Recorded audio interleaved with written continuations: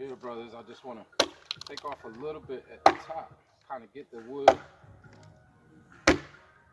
going down how I want it to go, splitting it straight down. And then I would come in with a side chop just to score where I'm at. And this is when you have to know how to use an axe.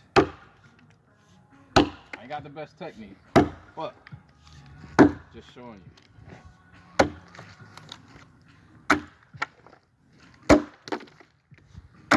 This is how you hew a log. And thank you, Brother David, for reminding me I even know how to do this. Because I kept trying to do everything with my, the easy, convenient way.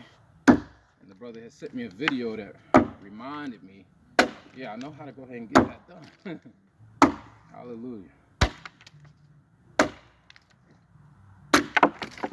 And this is something to practice too. So I'll just go back in with this chop and just score the area all the way across. Just score it. And then I can chop from the top. And it's control removal of the material, of the wood.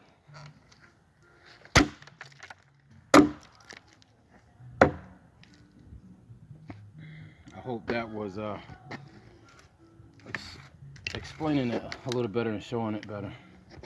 But all praises to the Most High. Just wanted to show y'all that today. Bless y'all. Shalom. Hallelujah.